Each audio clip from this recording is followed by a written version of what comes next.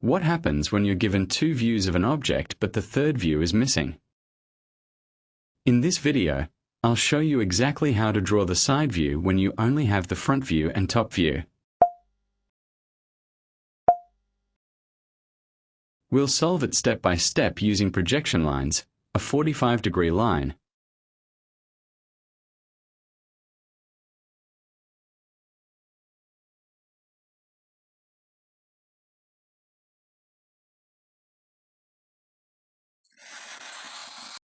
and then verify our answer by building the isometric view so you can see the 3D shape clearly.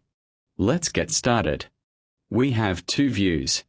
A front view shows us height, z-axis, and width, x-axis.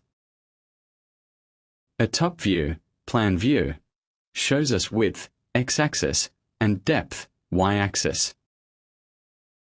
Our goal: draw the left side view, which shows height, z-axis, and depth, y-axis. The top view is drawn below the front view. That tells us this is first angle projection, the standard used in Europe, Asia, and Africa. To get the height on the side view, project horizontally from the front view.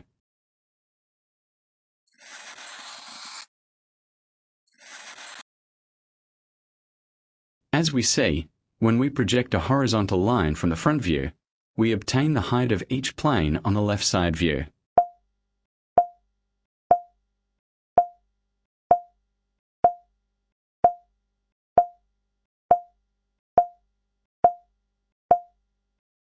From these heights, the maximum one is the height we use when we make the isometric box and check our result.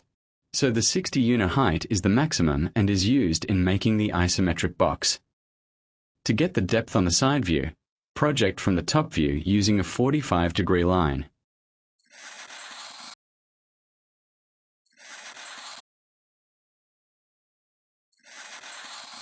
Why? Because horizontal lines from the front view carry height information directly to the side view. But depth from the top view doesn't go straight across.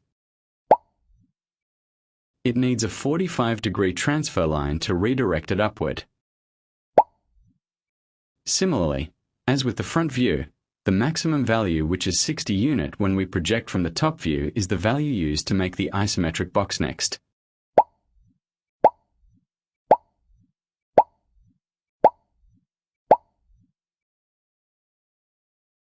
To get the depth on the side view, project from the top view using a 45-degree line. Why? Because horizontal lines from the front view carry height information directly to the side view. But depth from the top view doesn't go straight across. It needs a 45-degree transfer line to redirect it upward. Start by arranging your three views in first angle projection. A front view in the top left position. A top view below the front view. A left side view will go to the right of the front view. Okay, now we have the height, depth, and width information from our orthographic views. We need these dimensions because, as I said before, our aim is getting the side view. If we know the depth from the top, that dimension becomes our side view width. If we get the height from the front view, that dimension becomes our side view height. From our previous discussion, those dimensions are 60 units for width and 60 units for height. That means now we know our side view's maximum dimensions. It's a square of 60 by 60 units. Now, to make this clearer during the process, let's discuss our orthographic view and isometric view side by side, because when we make the third or side view, we need to imagine our isometric view. To do this, let's first make our x, y, and z axes. When we make x and y, their angle from the baseline is 30 degrees.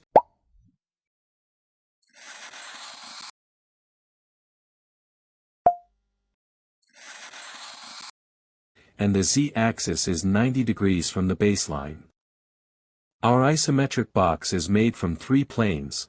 The front plane is 70 by 60 units, make that first.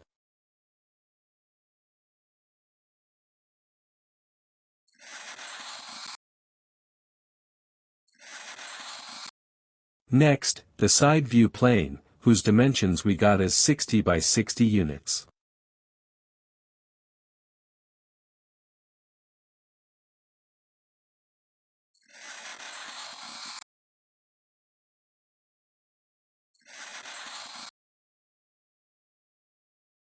The last plane is our top view, 70 by 60 units.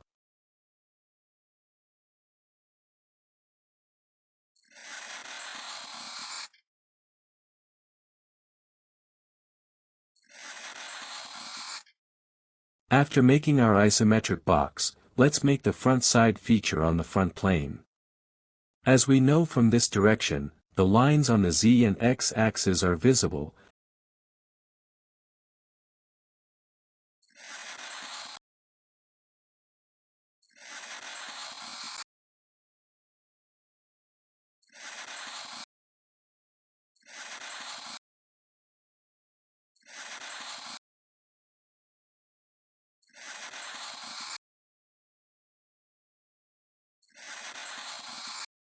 Then we add the Y-axis lines on these Z and X lines, it becomes 3D.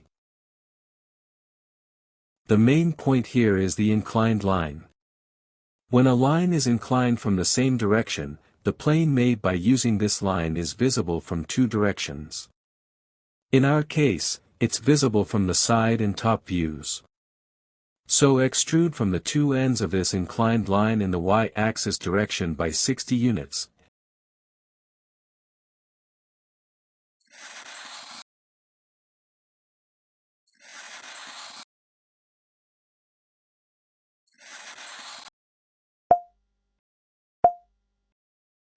And it looks like a rectangle of 60 units by 30 units.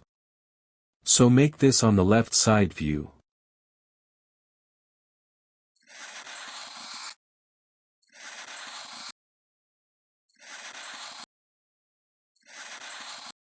Now from the side direction, there are two lines perpendicular to the observer. Their heights, as we see, are 10 units and 20 units. But now we are talking about the left side view, so left side planes are made from lines on the Y and Z axes. We know the height of the rectangles, the remaining information is from the top view, it's 60 units. So extrude into depth from the two line ends.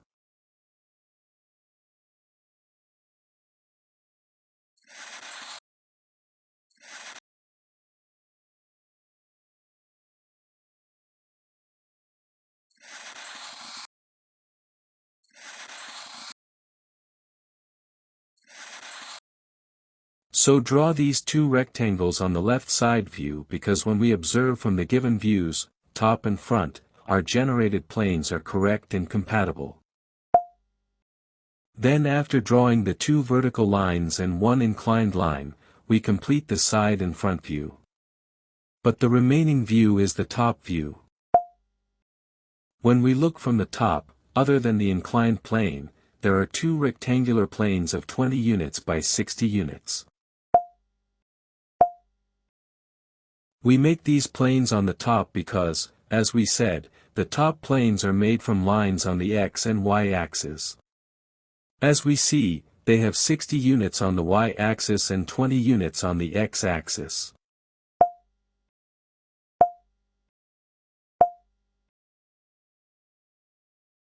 Connect the back vertices.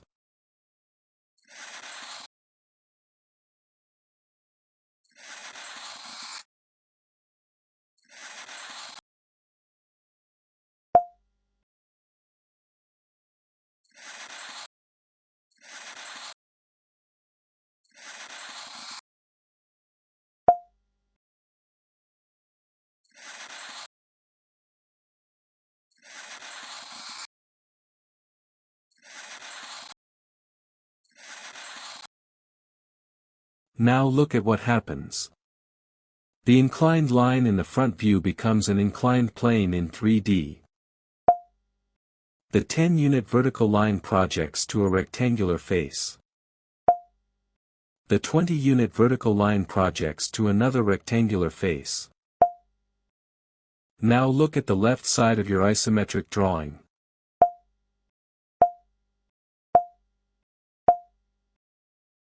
That shape you see? That is exactly your left side view. Compare it to what you drew. They should match perfectly. Because as we said, the depth on the y-axis is obtained from the top view and it is 60 units. This depth, projected from the top view, becomes a width dimension for the left side view, creating two rectangles whose heights are 10 and 20 units. Let me summarize the process. First, the height, which is the z-axis. You get the height by projecting horizontal lines from the front view. The maximum distance between two horizontal projection lines gives you the maximum height of your isometric box and your side view. Second, the depth, which is the y-axis. You get the depth by projecting horizontal lines from the top view until they hit the 45-degree miter line. Then, from that contact point, you project vertically upward into the side view area.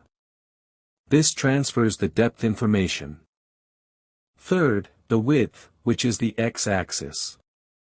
This is already given to you directly in both the front view and the top view. Remember this, the 45-degree miter line is your best friend. It transfers depth from the top view to the side view.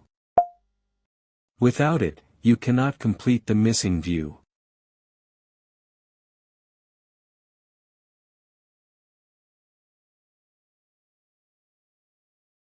Here's your homework. Try this exact same problem but with different dimensions. Or swap the views, given side and top. Find the front. The more you practice, the faster this becomes second nature. If this video helped you understand missing view problems, like the video, it helps more students find it. Subscribe for more engineering drawing tutorials.